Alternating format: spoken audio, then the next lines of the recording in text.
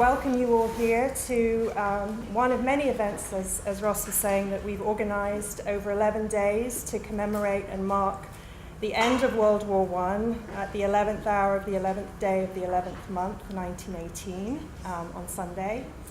But also to consider the seismic impact this war had globally, and also, most importantly, I think, its reverberations still today and its continued relevance. So this, as in all the programming, has really tried to position and make us remember that impact today and its relevance in so many ways in political discussions going on at the present.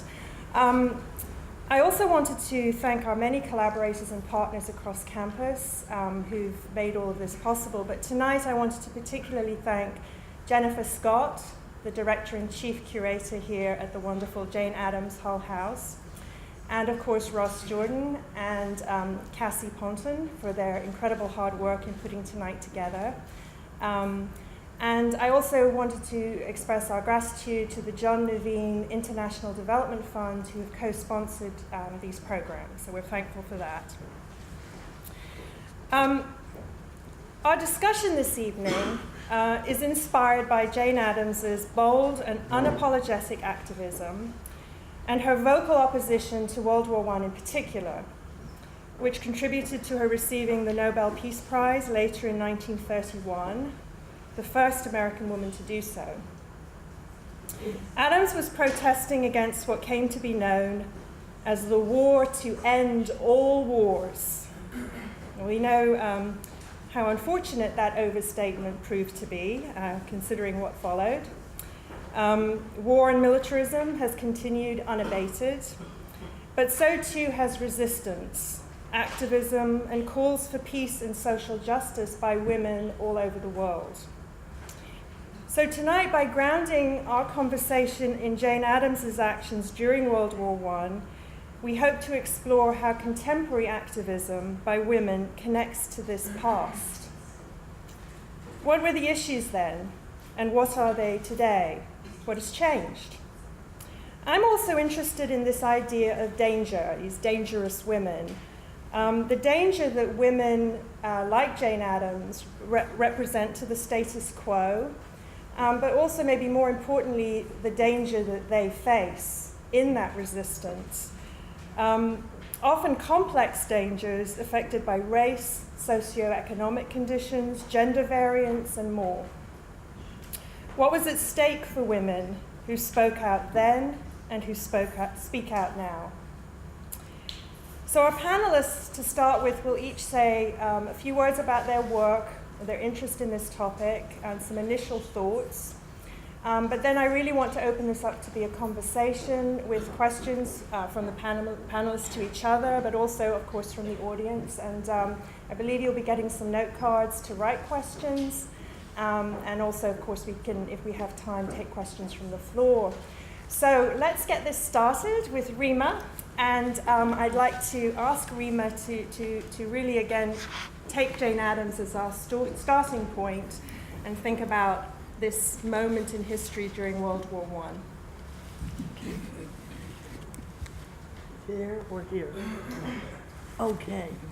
Well, I'm a historian, so I feel a responsibility to sort of set a foundation. I don't know, I feel like I've been living with Jane Addams. I dream about her. I consider her handwriting my third language. There are 26 microfilm reels, each of the reels there are 82 in the whole collection, but 26 just about correspondence. And they have, maybe 1,500 records in each of the 26 files, in each of the reels, representing hundreds and hundreds of letters. And they, however, thankfully, because people didn't have the kind of technology they have today, let us get into that period of time and understand what the sense of urgency was in a person like Jane Addams and her colleagues who felt they had to stop war. They had to stop it even as it was going on. They had to stop it as fast as they could and not let it continue a month or day more to kill more young people than necessary. You know, who was this woman? How did she come to be in a position to lead internationally a movement to try to stop World War I and later to outlaw war? I want to just give you a just brief detail of what I'm centering on, which is the International Committee of Women for Permanent Peace that came out of the Congress of Women, the International Congress of Women that met at The Hague between April 28th and May 1st, 1915. The war was already promulgated in Europe. So they came from both belligerent and neutral countries. Remember that the United States was a neutral country until 1917. 47 women came, including Jane Addams, from the United States. Women came primarily from Holland because they were a neutral country and they were there. And there was a big Dutch movement for suffrage and for peace already. And women came from 12 other countries too. And it was difficult. The months leading up to this were difficult. People were getting passports. People had to also get visas. People were stuck in boats waiting for safety to get to the Netherlands. It was difficult, and the letters that Addams writes, and Alice Hamilton, Dr. Alice Hamilton, who was her ally, who had been at Hull-House, who was the founder of occupational medicine and the first woman to be a professor of medicine at Harvard University. She was on the ship with Addams. Addams was 55. She was not in great health.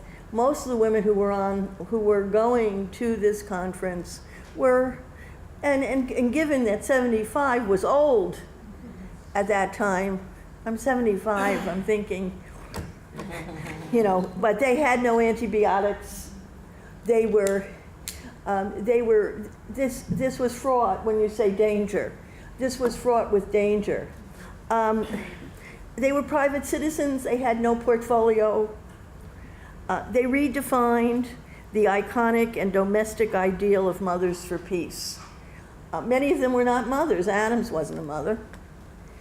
But she had written in 1907 a wonderfully important book that most people ignore called Newer Ideals of Peace. Everyone from William James to many other pragmatists and other people were very excited by what she had in mind, because she wanted to put flesh and bone on this idea, this hope of peace.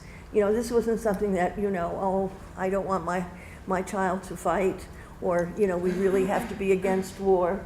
Women should be against war. This was a consummate understanding of the relationship of social movements for liberation, for emancipation, with the stoppage of war. And the idea that a foundation for peace had to be in social justice. And I would say that when we think about Addams, and this is 1915, it is really the beginning of what we say today, no justice, no peace. Yeah. And that was very, why was she the leader? First of all, there was a really important suffrage movement internationally. Women were on the cusp all over the world of getting the vote. Women had the vote in Chicago wasn't complete, but they had the vote. In some other states in the United States, other countries were approaching the emancipation of women, the enfranchisement of women. But this meant that for a good 70 years, women had been meeting, they had been organizing, not because of biology, I would make the argument, but because of the historical moment in which they were living. They were situated in an emancipatory arc. And this is what carried them. And it brought them together. They knew each other. They began to see the commonalities and what else was wrong with the gender roles in society. And they began to envision organizations that would not just be about one thing, but would really be about human rights in a much larger way. Addams had been a leader in suffrage. She had been alongside striking trade unionists. She had been in the early civil rights movement as one of the founders of the NAACP. She was a social reformer involved with the moral crusades of the progressive era. She fought child labor. She fought for minimum wages. She fought for safety in the workplace and safety in the home, for pure milk. I mean, milk. Oh, all right, I'm going over. And so this was the thing. So when they came together, then what I want to make them, just to sum up, is that in being in this iconic situation where women without power, largely without the vote, stood maternalism on its head and made it clear that they would go to the elected officials all over the world, and they would try to begin a process of mediation and negotiation even before the war was over. And that was dangerous, but this is what they did. And out of that comes, finally, in 1919, the creation of a permanent organization called the Women's International League for Peace and Freedom, of which Addams is the international president.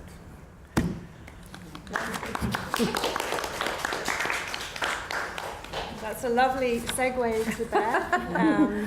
So if you can speak to your involvement in that wonderful organization.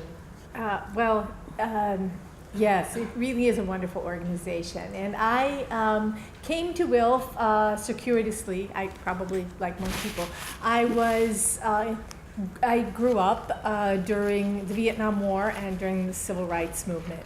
And so for me, the peace movement and social justice movements were intricately related, and I didn't really distinguish them because I was 10, So, but I was interested, and so for some reason, I don't know how this happened, I started reading materials from Quakers. I was raised as a Catholic, and somehow or another started reading Quaker materials. Don't know how that happened, and don't even remember, but just started anyway. So when I got to college, I met a woman who knew a whole lot more about this stuff than I did, because I was from a very small town in Ohio, and we went to a school called Goucher, a women's college.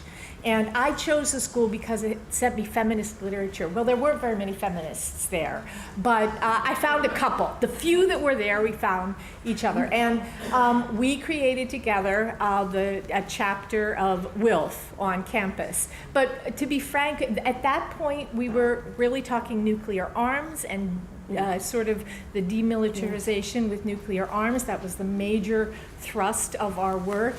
And I don't think we got that far, but I got to know a lot of people in Baltimore and got involved in the Freeze campaign as things moved on. And then a whole lot of years passed. I graduated and did a whole lot of other things, and worked in Philadelphia for a time where Quakers are bigger and where WILF's headquarters were. And then moved on to Rockford College when I finished graduate work. And Rockford College is Jane Addams' alma mater. So the first, during my interview, I asked, well, is there a Wilf branch of Wilf here at Rockford College? And people looked at me as if I was speaking Greek, you know, because people didn't know what it was. And I was so shocked because that was the reason I wanted to be there. Because for me, Jane Addams was already a hero, and why would you not know about this incredibly important organization? So I started Rockford College in the fall of 2002. Now, people might not remember this, but in March of 2003, we invaded Iraq, and so my Wilf group went into overdrive. We put together conferences and marches and all of the kind of standard work. But I also was working with a lot of students who wanted to also bring this home. And one of the things that I have always loved about Wilf is it doesn't do it perfectly. I'm not going to pretend that. But it has always understood the link, as Jane Addams did, between justice and peace.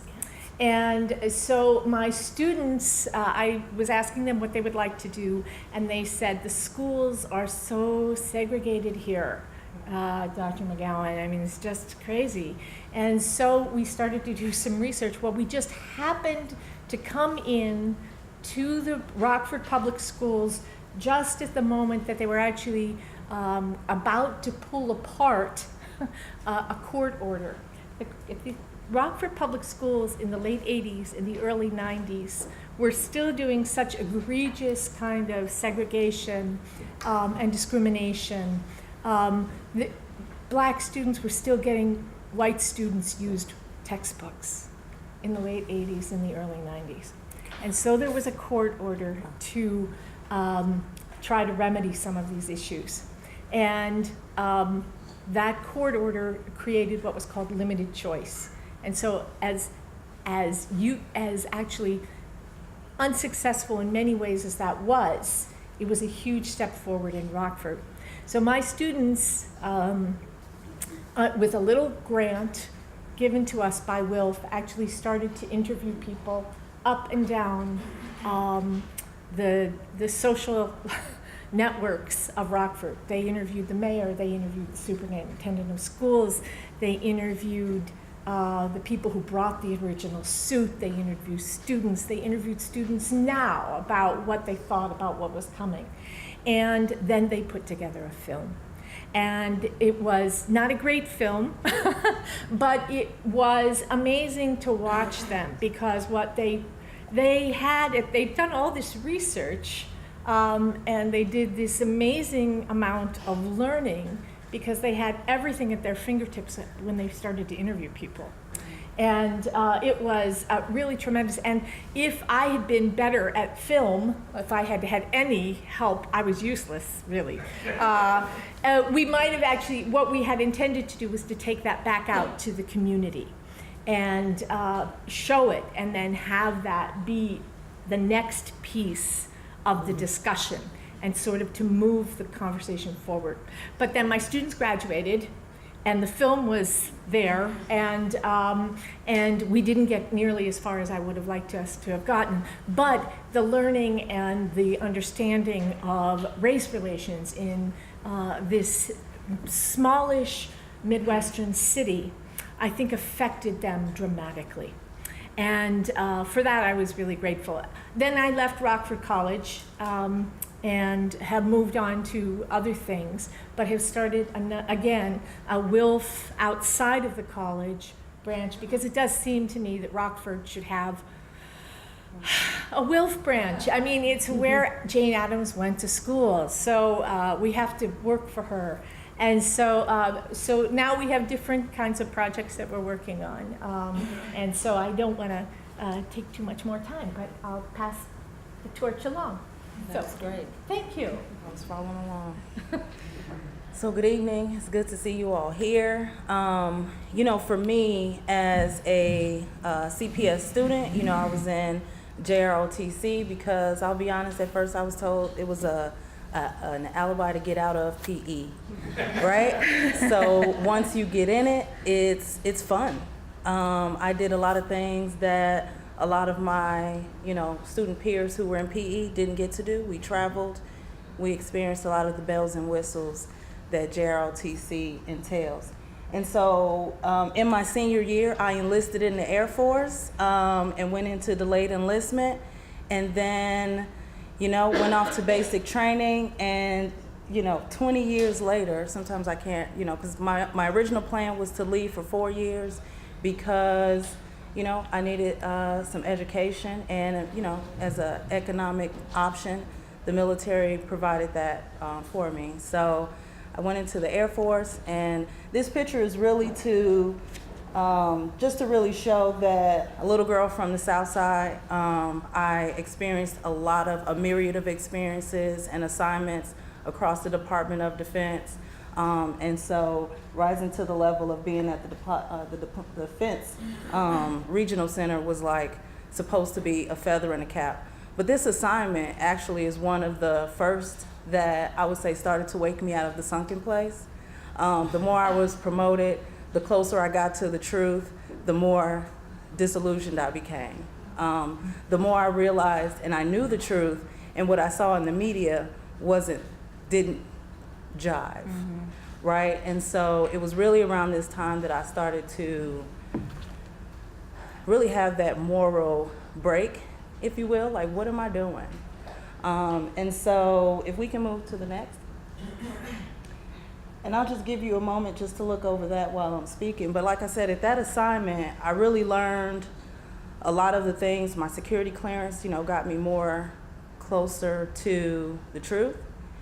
And then I deployed on a joint assignment with Army, Marine, and Navy units. And so while in that situation, actually, can we go back? Did it actually go too far? And so while in that assignment, we deployed and did like we would call it a retrograde, when President Obama required for there to be a drawdown of Iraq and a buildup in Afghanistan. That is what our team went to do.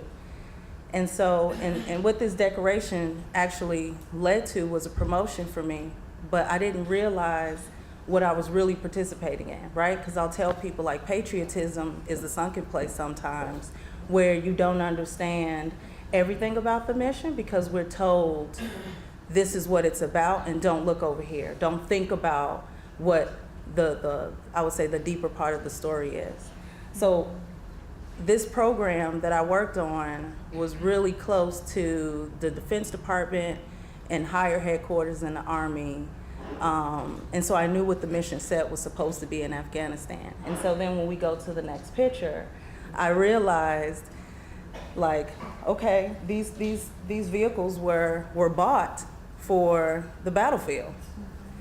And then during the uprising after the killing of Michael Brown, and I saw them flash on the screen in Ferguson, it chipped me off a little bit. And I say that because this is a program that I directly impacted, and you can see I was actually good at it, to the tune of spending a lot of money. And I could not understand how Ferguson had them shooting rubber bullets and gas to people in the community that looked like me. And so I'll tell you, I don't know if it was the guilt that tripped in first, or if it was just, now how did this happen? So then I started doing research. Why did I do that? But the research took me to that we had bought too many. So while in Afghanistan, people were giving us commitments based on the terrain in Iraq. You can drive anywhere in the desert, but when you get to Afghanistan, there's mountains. So all of those vehicles that we bought from the Iraq plan could not drive in Afghanistan. We created a parking lot. So when the media found out about that, they sent pictures. It became a story. The Obama administration said, let's get them out of there. Let's send them to police departments for free. So that was about 2 years after I retired. After that, again, it was one of those, when I say the sunken place, like, I jolted out of it, right? The more I researched, the more I read, the more I understood, the more I started connecting everything that I had done across all of my assignments to there was no room between the equipment that was bought for military warfare and what was being introduced in communities that looked like mine, that I had left home, right? And so it became very clear to me. I started taking leave. I started asking questions. I started aligning myself with social justice movements. Trayvon Martin was killed just before Michael Brown. And I started taking leave to go down to Sanford, Florida, and just connect with folks and understand, like, what does militarism look for you? Because for 20 years, I had been doing it in a patriotic, this is why we're keeping the boogeyman out of the US type of framework. What does it mean to you? That I started understanding that it actually started in high school. It started in JROTC. It started with the glorification of the military as a recruitment tool. It started off as, you know, a lot of the military, how we would go out and do community service, but what that did is it made us look cool to the young folks, you know, who a lot of times just really because of video gaming, they wanted like I will call it the excitement of Mortal Kombat, right? They wanted to know what it was like to shoot all of the things, right? And how I became a marksman and how, you know, all these battlefield ideologies of like why serving our country, and that it really just jolted me to say that this is not okay. And that I really didn't realize my position in JROTC. And then when I would come back home on leave, and my recruiter would be like, Natasha, we need you to come back and talk to some of the high schools. And I recruited people, right? And so when I came home, I wanted to do right by the things that I had actually, to share my experience, right? And to tell the story that I know that there are gonna be people that are gonna also take the economic route in serving their country. I know that there are people that are going to choose this option because there aren't many for some. And depending on your neighborhood and your zip code, there's a higher probability of that. Particularly when we see that Chicago Public Schools is the most militarized school system in the nation. And I say that because we're the third largest, but they have the most militarized cadets enrolled in their schools. So if we can go forward, there's a couple of snapshots and points that I wanted to make.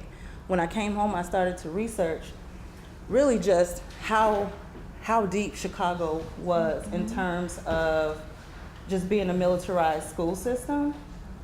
I don't know if you all can see that, but just to kind of give like the bottom line up front, there are over 9,000 students enrolled in JROTC, both in high school and starting as young as middle school.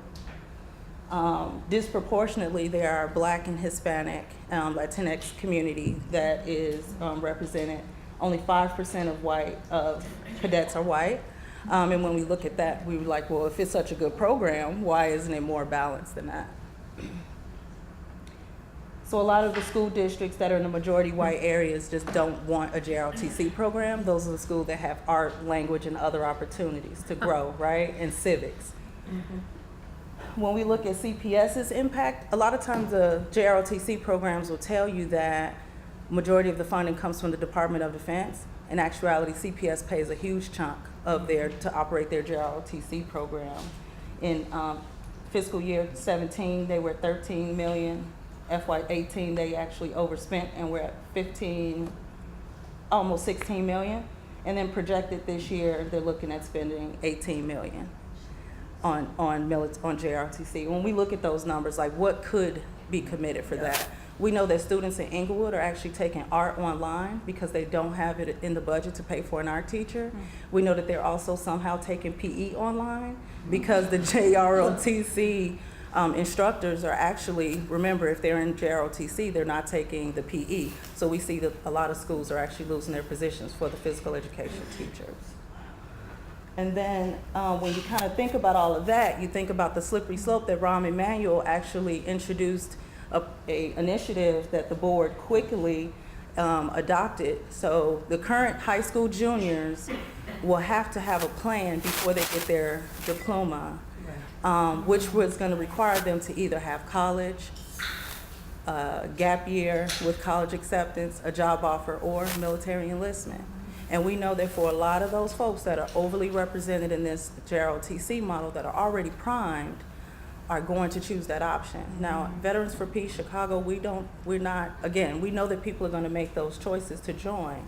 We want to tell you about the things that we've experienced, right? We want to share the story and connect with parents so that you can better support your airman, soldier, or Marine when they leave and when they call home and they need some support, right? We don't want there to be this over-glorified lens of what military service is. It's actually war.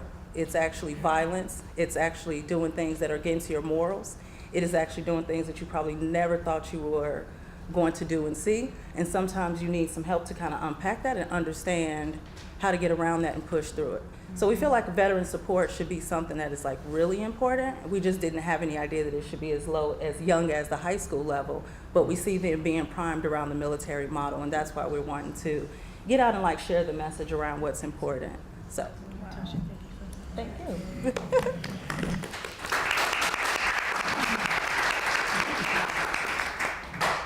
Wow, oh my God.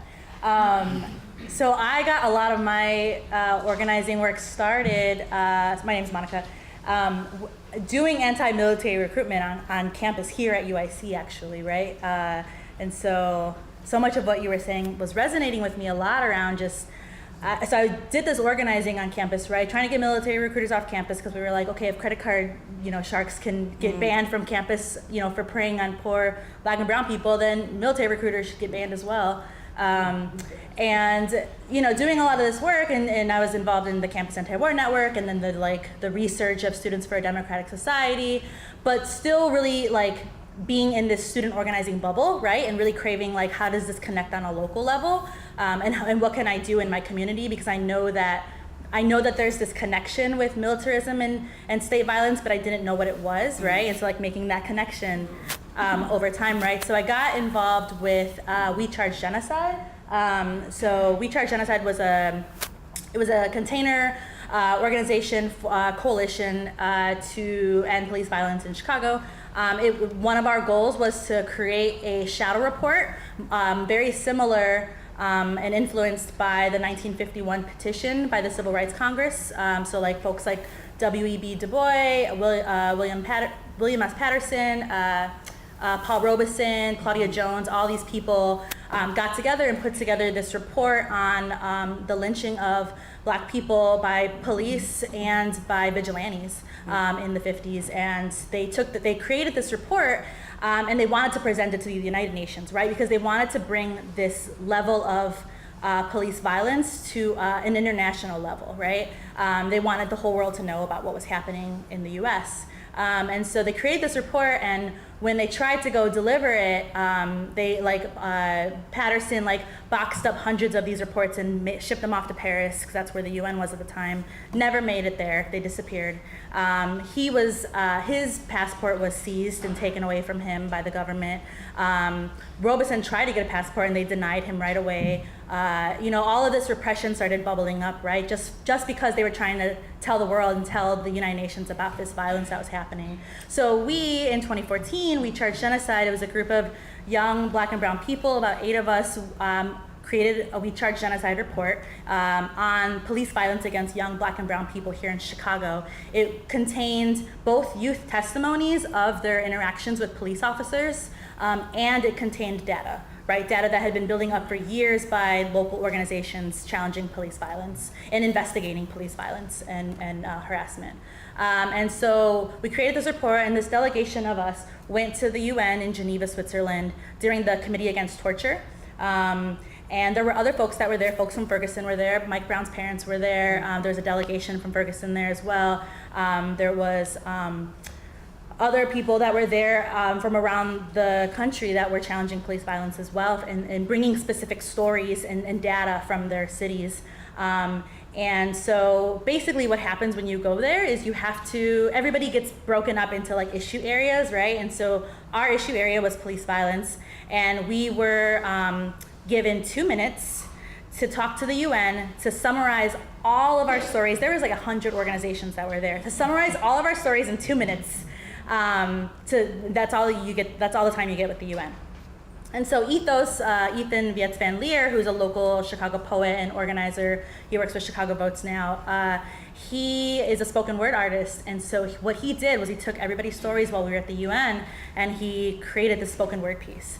And you're supposed, usually who goes to the UN is like these advocates and like lawyers and like, and they sit there and they read the report on their piece of paper. Ethos like stood up and like, you're not supposed to stand up. And like, we held up our posters, and this is before this action. This is like day one. And like, cause there's like many days, there's like 5 days of it. And he reads this beautiful spoken word piece right next to Mike Brown's parents, and like sits down, and like we're just like, and then Brianna Champion, who's also with us, she gets to give testimony about her brother's police violence experience, and it was really powerful. And then after that, we handed our reports to the UN. And typically, what happens is you don't get mentioned in these like concluding remarks, right? You don't really get. You don't even really get your report read, right? Yet alone mentioned. And so when we're there, we're a group of like young women, gender non-conforming people, black and brown people, like all of these different types of people that are artists and that are educators and activists and organizers. We have a lot more tools in our toolbox to try to get our message out. So what you see here is during the U.S.'s testimony, right? The U.S. talks about all the ways that the police are great in the country, and how tasers are like, they start talking about how tasers are the most non-lethal method of force against people in the U.S. But we're here saying our friend Dominique Damo Franklin, who was a young black man in Chicago who was friends with Ethos and friends with Malcolm London, who was with us, he was killed by a police officer with a taser. And so we're there being like, no, how dare you say that? And their excuse, what they're saying to say that it was non-lethal is that every police officer has a website they can read to learn how to use it. And that was it. And so we were like, that's not enough. Like, you can't just say that. So we all decided, this is totally spontaneous, we decided to stand up with these posters that say, "We charge genocide, rest in peace, Damo." And we're all standing there, and you see all the cameras like sort of turn around on us, and security's flipping out because they don't know what to do. This has never happened before. And we end up standing for 40 minutes with our arms up, because that was how long Rakia Boyd, who was a young black woman in Chicago who was shot and killed by the police officer Dante Servin, who is not a police officer anymore, but he still has his pension. She laid in the alley for 40 minutes until an ambulance came. And so her brother was there to give testimony and to find justice for his sister. And so we stood in solidarity with him for 40 minutes to honor his sister. You can go to the next one. So this is artwork that I created to sort of commemorate the 1-year anniversary of We Charge Genocide in our work. It's hanging at the DuSable Museum if you want to check it out. It's right next to like Obama becoming the first black president. So this is like a weird juxtaposition. I don't know how it ended up there. I didn't give it to them, so I don't know how it got there. So who is at the sort of forefront of these struggles, right? It's women, it's gender nonconforming people, queer and trans people, and particularly black women, who are leading a lot of these efforts against police violence in Chicago, right? Most notably Miriam Kaba. She's a prison abolitionist black woman who was in Chicago for about 20 years, recently moved to New York, but is still doing incredible work. You should follow her on Twitter, it's Prison Culture. And she was the one that sort of got us all together after Damo was killed and was like, what can we do to bring attention to this? What can we do? So like, we all got together because of her, right? Paige May, she's one of the founders of Asada's Daughter. She's a young black femme prison abolitionist who is also a huge proponent of a lot of organizing in Chicago against police and prisons. And then these photos here are during when the Muslim ban happened, when we all went out to the airport. It's me, Hoda Katabi, who is an incredible activist organizer, Layla Abdulrazak, who's another Palestinian organizer who recently moved to Detroit, and then Hannah Baptiste, who's part of Asada's Daughters. We all sort of were like, let's lead people inside and march through the airport. And so that's us sort of doing that, and we didn't know what we were doing, but we just did it, because you just got to do things, right? You can go to the next one. Yeah, and so finally being able to make these connections, right, between state violence and like between state violence and militarization. Started For the People Artists Collective. It's a radical squad of black artists and artists of color in Chicago. We make artwork for different grassroots efforts in our city with things that align with our politics. A lot of the people that were in the photo before are in the organization. And so we, do a lot of campaign work. So one was Buy Anita, which was a campaign to get State Attorney Anita Alvarez out of office. And then another one was Stop Itoa, which is from the first image on top. We were trying to make the statement that you cannot disconnect state violence and militarization. They're connected, right? They're so connected. They organize together all the time. Police are constantly getting training from learning SWAT-like tactics, and like there's a thing called the Illinois Tactical Officers Association, ITOA, ITOA. And it's basically, police getting together for a conference to learn how to do SWAT raids, to learn how to use military-like weapons. They held like workshops on like post-Ferguson policing, like things like that, right? And we're trying to be like, these things are so connected, and if they're connected and if they're organized together, then why aren't we connected and doing this work together to challenge militarism and to challenge police and prisons, right? And so I think I'm out of time, so I'm gonna end there. Thank you. Oh, that's amazing. That was great. Yes.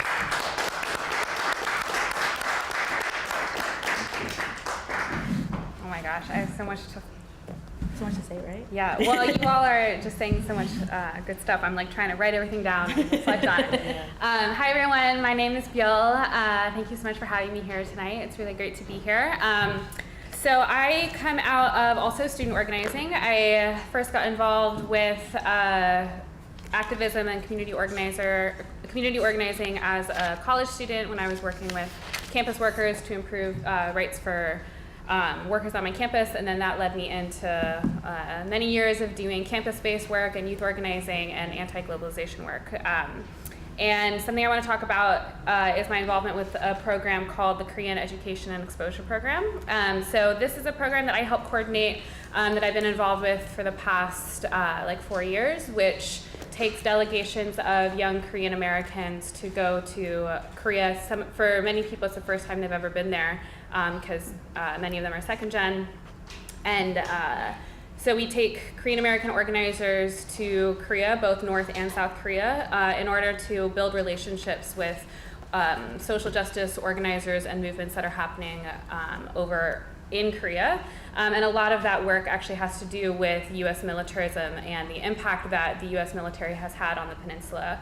And Korean Americans are actually in a very unique position as people who are residing here. A lot of us are citizens here, and at the same time our family histories are so shaped by American war and what does it mean to be a Korean American when the US military continues to occupy the peninsula and increase the risk of war every single day. And so I'm sorry I don't have any photos, but I am gonna play a little audio recording of one of the sites that we went to this past year.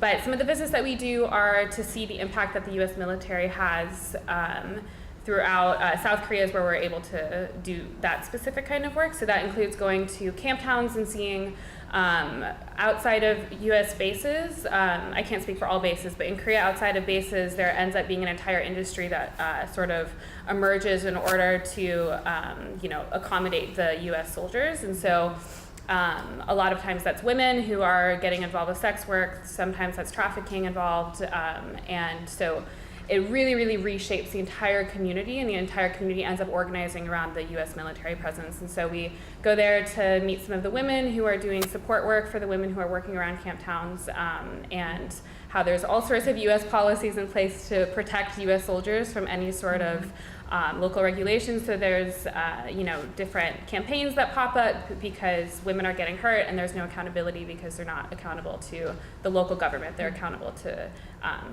US military regulations. So sites like that, and then at this past delegation we went to visit this village in the south of the southern part of Korea called Seoseonggi and Songju. So these are some villages where there's actually a new US military base that's opening up.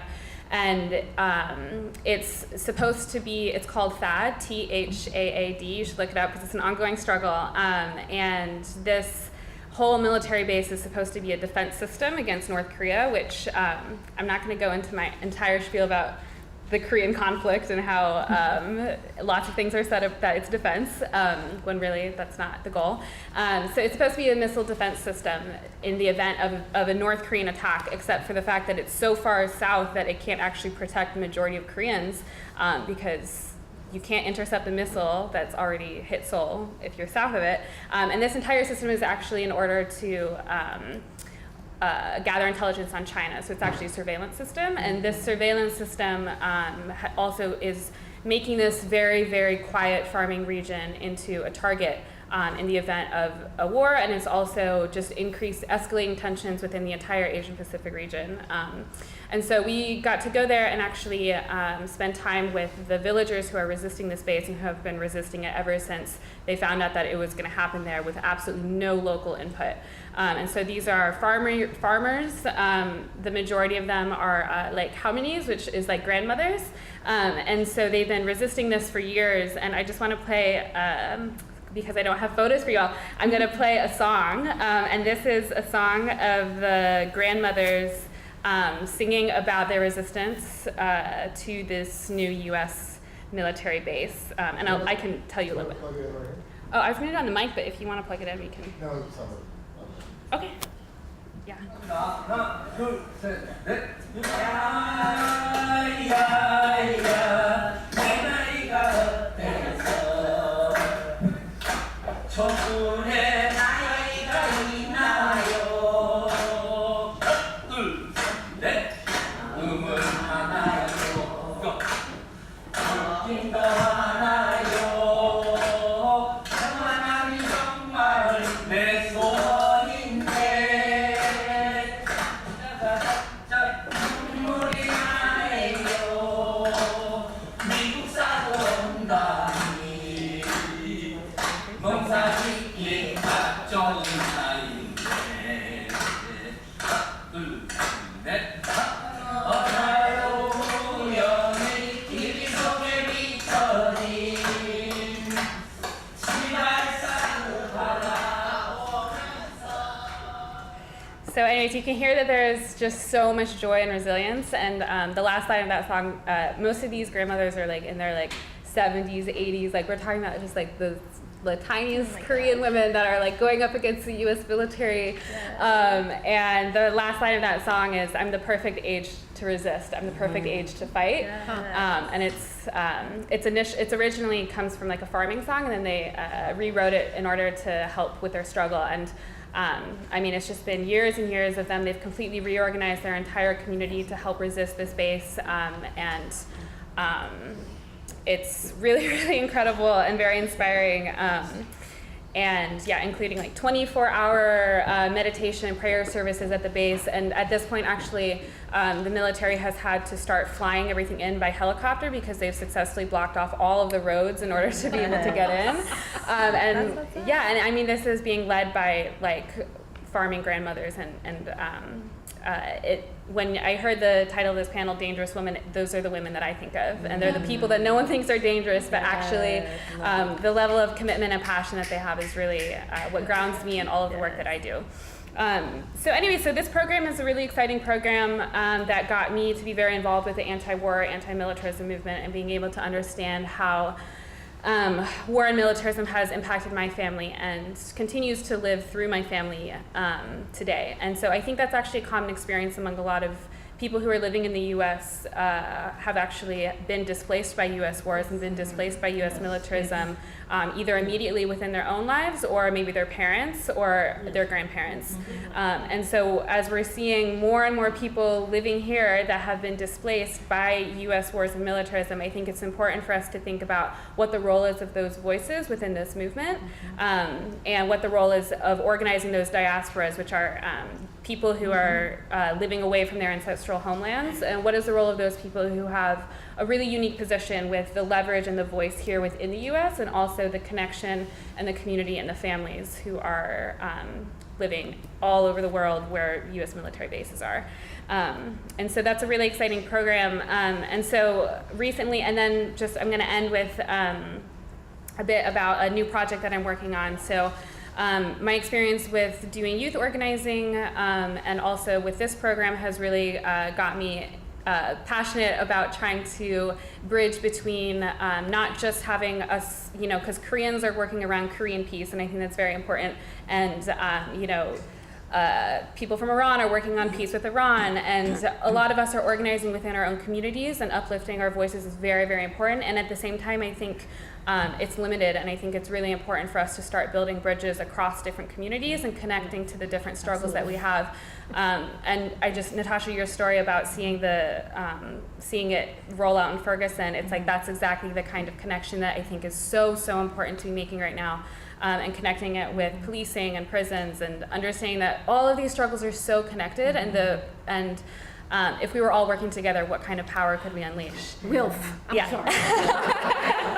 I mean, we're really the organization that's completely meant for that. I mean, because it really does branch all those things. But that's just I can't help myself. Sorry. Yeah, no. All of those were astonishing. Thank you, all of you. I'm curious when I heard, especially Natasha and yourself, speaking about, you were talking about the camp towns and the side effects of what happens to women in the camp towns. And so militarization itself has a clear effect that hurts women in those camp towns. And then we have Natasha, who was a military woman. And I'm just curious, when you think about your life as a military woman, of course it wasn't, you weren't affected in the way these women were, but did you see that as well? Because you were talking about what you had invested your life in, coming home to your community. Right. She's talking about it coming home to her community, but the women in her community. And I'm wondering about that issue for you. Yeah, it's definitely real. I remember I spent the majority of my 20 years actually overseas, stationed in several bases. Oops, sorry. That's okay. and I've been to the Pacific, and I know very well the stories that she's talking about. There's a very reckless rape culture in the military that is not well talked about, and it's denied, right? But you see it, whether it's, you know, amongst those that should be our brothers, right, and sisters, right? Because that's just the rape culture. But then you see it and you hear about it in these overseas, or these in like Korea, where, you know, someone will automatically come home quick, and it's because, you know, they may have committed a sex crime, and instead of being held accountable, that soldier, airman, or Marine might be sent home early in lieu of local punishment. And you hear about it all the time. And so the impact of that, when I heard her say it, it was almost like I was playing the stories, because you hear about it so often. And it's not just, it's also in Japan. It's also like they have strict curfews where the military folk cannot go off base after, I want to say 9 or 10 o'clock, because it was just that rampant. And then there's places where some Marines are not allowed to go to because they're, you know, a large, number of incidences around some of the Marine installations. So exactly what she's talking about, I also saw it in some of the bases where I was stationed, where, you know, people are getting together for, you know, I've told people recently that if there were a Me Too military, it would be embarrassing. I think many of you would stop thanking people for their service in a lot of ways, and it's just like one of those issues that we don't talk about enough, or the going into the sexism, right, and the issues that revolve around being a woman in the military and what that is, because I don't know many women that haven't had some sort of sexual violence committed on them while in the military. I just don't know many. And then I also think it transcends to the big secret of, like, it's the deepest racism that I've ever seen. And some of the assignments that I've seen where racism and the sexism are like brother and sister in a unit. They you know, as bad as it is, where, you know, women are perhaps held in a certain regard, it's doubled down when you're a Black woman, right? So I believe that. Yeah. Well, these were amazing presentations, but I thought it might be useful, and we've got some questions from the audience, but just to start things off, I wondered if we could bring it back to Jane Addams a little bit, because some of the things, you know, this close relationship between peace or anti-war, but also militarism and what that means today. Actually, dates back to Jane Addams, and some of the things Jane Addams was doing are extraordinary in terms of how they relate to issues of police brutality, intersectionality, which of course wasn't a term she would have used, but Right. so I wonder if you could talk about that a little bit. As Yogi Berra said, deja vu all over again.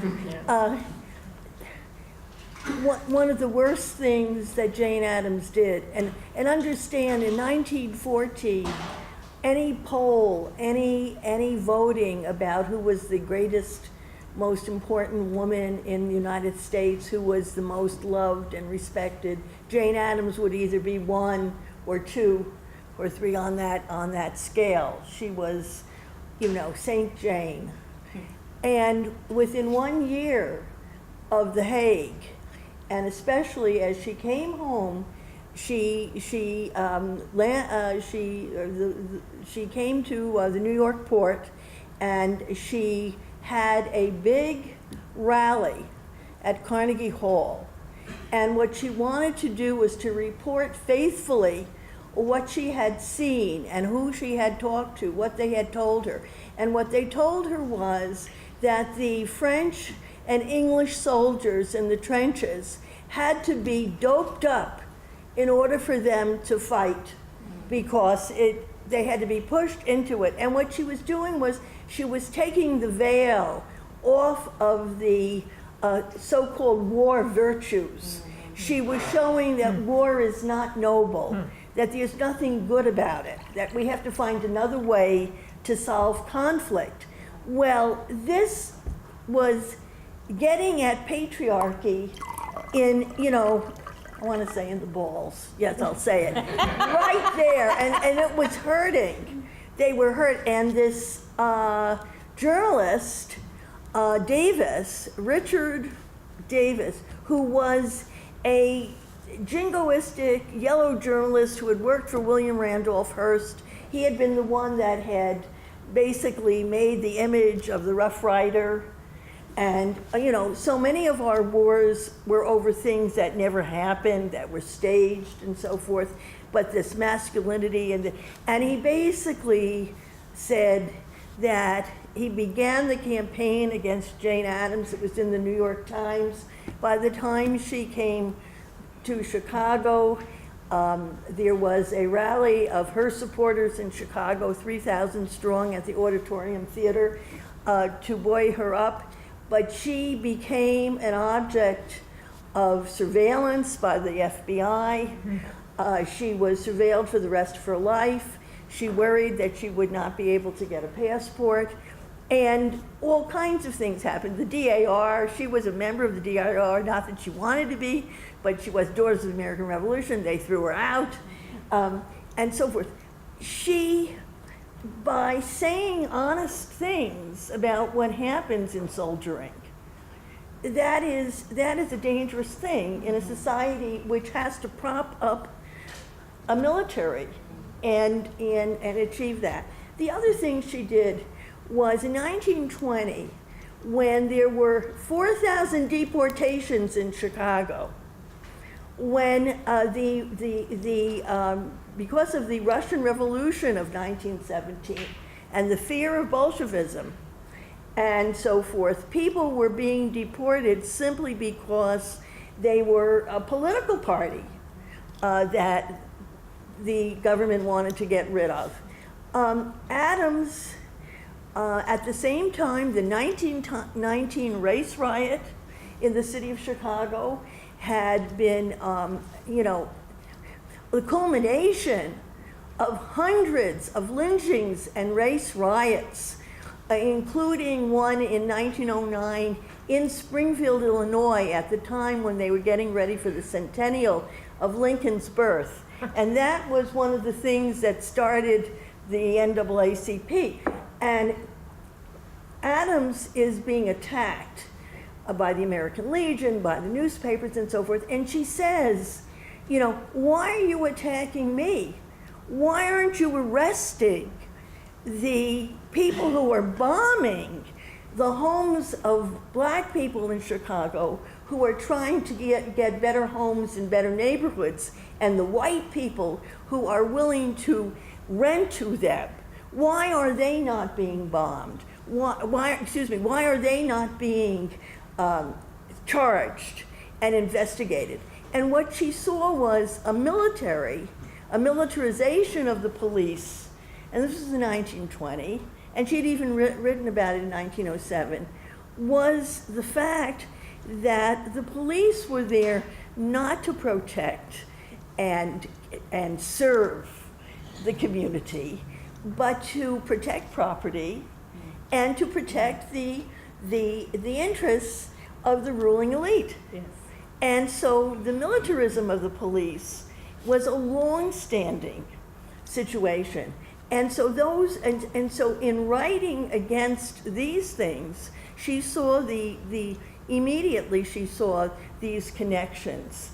And this is what was making her dangerous. Just being for peace did not make her dangerous. It was the intersection of peace with these justice movements, and naming was making her dangerous. Well, I have a question from the floor. How does the social justice efforts dating back to Jane Addams coalesce with climate/environmental justice on a global scale? Anybody want to tackle that? Well, I'll say it this way, and I think we've got climate change is a clear and present danger. I think when we talk about what's happening in terms of refugees and the diaspora, it is not merely the wars, it is also climate. And we have to recognize that that is a big piece of what's driving a lot of refugees cross-continent now. So when we're talking justice and social justice, we cannot cease to also speak about climate change and sustainability. They're absolutely interconnected. And I will also say that Wilf, I just can't help myself, has been talking about things like water and the privatization of water, which is another climate issue, right? Yes. For 30, 40 years. Right, this question of privatization of water. So what I'd say is Jane Addams, again, the thing that she had that you, Rima, just really sort of showed just a moment ago is she had vision. Like, she didn't just see, here is this thing happening right now in Chicago, right? She could put it into a larger context. Yes. And the important thing that she gave us is that analytic skill, right? I mean, that's one of the important things she gave us, is this analytic skill to take what we're seeing and understand the larger factors pushing some of those things. Does that answer the question? I think it does. Okay, thank you. All right. A very long question here. While I'm reading this long question to myself first, so I understand it, make sure I can read the writing. One thing I was really interested in hearing from the panelists is sort of unpacking the language that we've been using. I'm thinking of generational differences in the way we use words like peace, the connotations of that, particularly the association of that with womanhood or femininity, and the problems with that. The term militarism and how that's changed and how it's used. So I wonder if any of you want to talk about just the language that we're using then and now, and how it's maybe evolved, or particularly I'm thinking in terms of gender is very interesting. Well, you know, there's that saying about peace, like there's so often peace seems just quietness or quiet, but peace is, what do we say? It's not the absence of war, it's the presence of justice. Yes. Right? Yes. I think that kind of sums up how I feel about peace. And what it also requires is endless effort, which, you know, that's also not very peaceful, or at least what I used to think of as peace. I used to think peace was a quiet little space that I could go off to. I don't think that anymore. I read something by a young man whose name I'm going to forget, who is dying of ALS, who's been an activist for quite a long time, and he had a piece in, was it The Atlantic, I believe, 3 or 4 weeks ago, and he talked about hope. And I loved this. I'm sorry, this is a little off topic, but he talked about hope, and he said hope is not something that we go to when we're feeling despair so that we have a panacea. Hope is a battering ram, and it makes us work. And I thought, yeah, that's about how I feel about peace. Peace and hope are not passive. That's the point. They're not passive. They are active measures. Not the same active measures as others, but that's how I like to think about those ideas. That's me. But anybody else on those? I think that really represents the way in which earlier maternalist expressions had been turned on their head by the Congress of Women at The Hague and the kind of activism and advocacy that Addams championed. And it's interesting because while she was vilified, while she was surveilled, the structures that she had created organizationally still made her a person that presidents needed to speak to. So at the same time that she was that the Chicago Tribune, which was in this period a very reactionary newspaper, I don't know how much it's changed, but anyway, it was very, at this period, around World War I, we're attacking her almost daily. She was visiting President Wilson and had a very important role in, unfortunately, unsuccessfully campaigning for the acceptance of the League of Nations, which never occurs in the United States. We don't accept it. The world accepts it. We don't. Addams was, when I said that she wanted to put flesh and bones into this concept of peace, she had started this with labor conflict. She had a very amazing intellectual understanding of, at that time, the current conceptions of evolutionary theory, anthropology. She was one of the earliest disciples of a sociologist by the name of Patrick Giddings. Giddis in Scotland. She was a reader of Charles Darwin and Herbert Spencer. She was looking for patterns in world history, and she came upon the concept that the nurturing instincts, which she didn't think were necessarily biological, they were the construction of the need for the human race to survive. And she believed that these had developed far earlier than the military instincts, which eclipsed these nurturing. And she saw nurturing as a societal need, responsibility, not just of women, but of women and men.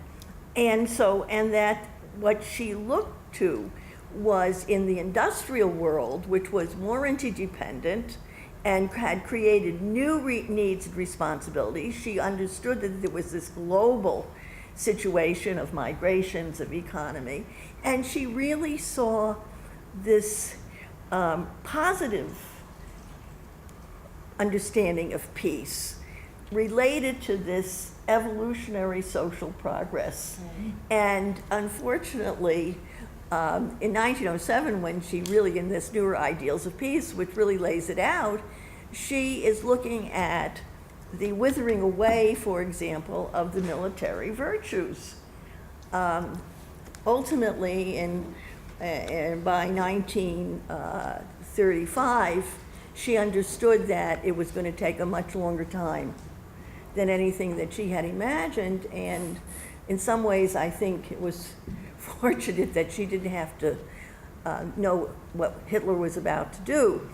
But so there are many things that are weak in her understanding. I think I've discussed how she was overly optimistic, but she really believed that we were, not because of that human nature in its relationship to the evolutionary progress and the cultural progress of the human race, which she considered one universal race. She did not see that there were races of people.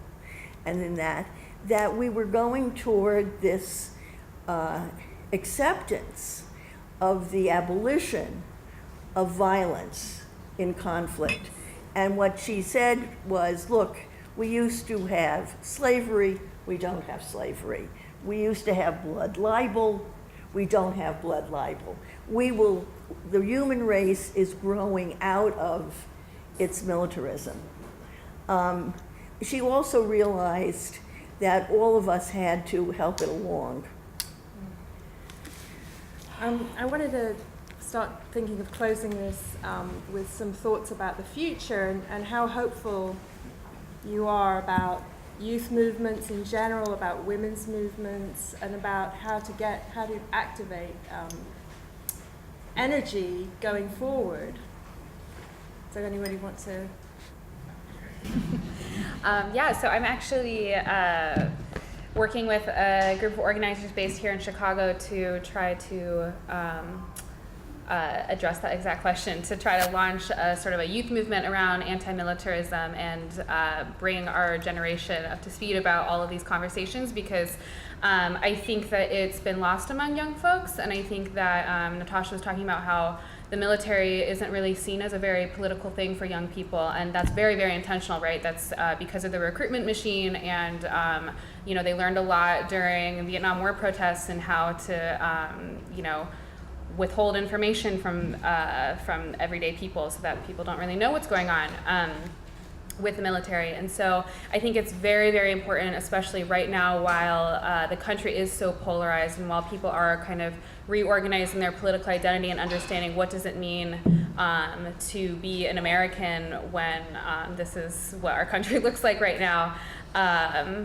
I think that as we're more and more polarized, it's important that the conversation of militarism is brought into it and that people really integrate that into their own political identity and understanding that if I am for women, if I am for people of color, if I am for queer people, then that means that I must be anti-military. And I think that's a jump that we have a lot of work to help people make. And so something that we're working on is trying to design a new organization that will take responsibility to organize young people and make sure that it's being led by those who are most impacted by war. So that's the people who are getting recruited, and that's the people who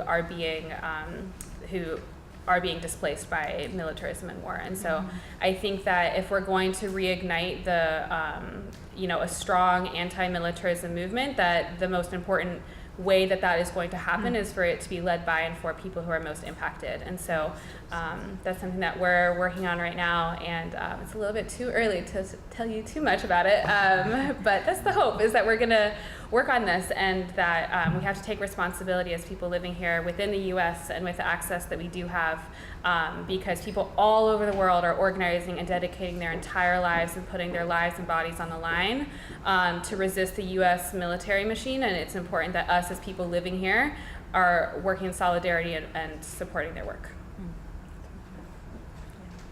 So I'm very hopeful. Yeah. Monica, are you hopeful too? I'm hopeful. I was just thinking about so the budget just passed for policing for 2019, and it's gone from, we actually spend $4 million a day on policing in Chicago, and now it's going up to $4.5 million a day.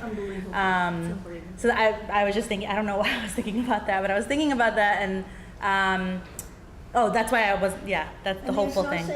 But yeah, so the one thing that I'm currently working on that's being led by mostly women and gender nonconforming people is a campaign called No Cop Academy.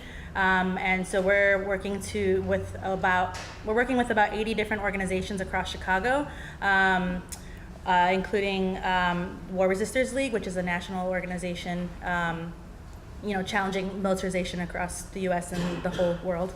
And so one of the things we're doing, we're doing a lot of things, but the main piece of the campaign is stopping the construction of a $95 million police academy in West Garfield Park. Something that I forgot to say at the end of my spiel about We Charge Genocide is that we were named, Chicago was named as a site of intense police violence in the UN's closing recommendations, which was partially why the DOJ came to Chicago to investigate the Chicago Police Department. And they made 99 recommendations for police reform, and one of them was that the training center that they currently have is outdated. But there was 98 other ones about how they could improve right now, right? And so Emmanuel decided to focus, number one, on the $95 million building a new police academy for Chicago police, which is actually going to cost way more than that. And he's saying that the DOJ, that he's doing it because that's what the DOJ said, but when we filed FOIAs, which are Freedom of Information Acts, we found out that he was talking about it 4 months before the DOJ report even came out. So there's plenty of lies that are, that we're uncovering slowly. But so that's an effort. You can find out about it at nocopacademy.com, or you can follow us on Twitter or on Facebook at No Cop Academy. Yeah, I'm hopeful. When I look at, speaking of like CPD's budget, when I look at the defense spending in 2017, it was $668 billion. And then also knowing that only $190 billion were committed to anti-poverty programs. Like, let's just pause right there. Like, that ain't right. So when I think about peace, I think about reimagining what $668 billion can do. I'll tell you, the Chicago that I came back home to in 2016 is not the Chicago that I left in '97. And for me, it was like reacclimating to, like, I don't know. I can't even really put a word on it other than like devastation, right? When I go down the block that I grew up on 65th and Winchester, and a lot of the homes are just gone, right? So the dollar lot program means something different to me. Like, those lots where, where my friends lived. So when we talk about like defense spending and how that is, and if you don't look at it as that is an extraction of funds from communities that need it. Exactly. And we have to be clear about that. So it is not about your son or daughter who is in the military getting extra pay. It's not about that, because actually we know that they don't make enough, and the majority of military children qualify for free lunch. Free lunch, not reduced, free lunch.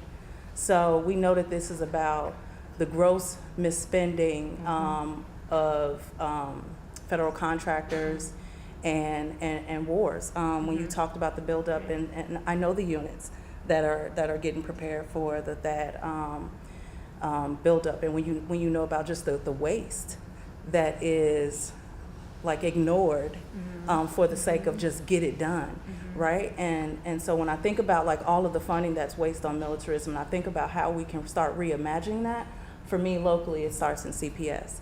It's saying that $18 million can give schools or remove lead from schools that need it. It's actually in putting programs in schools so that these kids don't have to choose the military enlistment in 2020. And so I'm hopeful, to how to get engaged. Veterans for Peace, we're having a hard time getting CPS to want to invite us into the schools to talk about this. Let's just be clear. So if it's not like, some of the social justice or woke teachers who will invite us into their classrooms, they don't want these young folks to hear some of this truth. And so if you know organizations, if you have community meetings, you know, we can make ourselves available. We have a speakers bureau that will come out and talk about this. And not all of it is bad. It depends. Like one-on-one, if you know a young person that wants to join a branch of military, reach out to us, and we'll connect with that young person so that you have with the family, so that they have a better understanding. And we would prefer if young folks would, you know, choose the Peace Corps and other, you know, ways to serve. Well, I think we've answered the one final question from the floor, which was, what should we do to promote Jane Addams? I think you've all done that beautifully today, and have suggested many ways we can continue to promote her message and her work during World War I. So thank you all so much.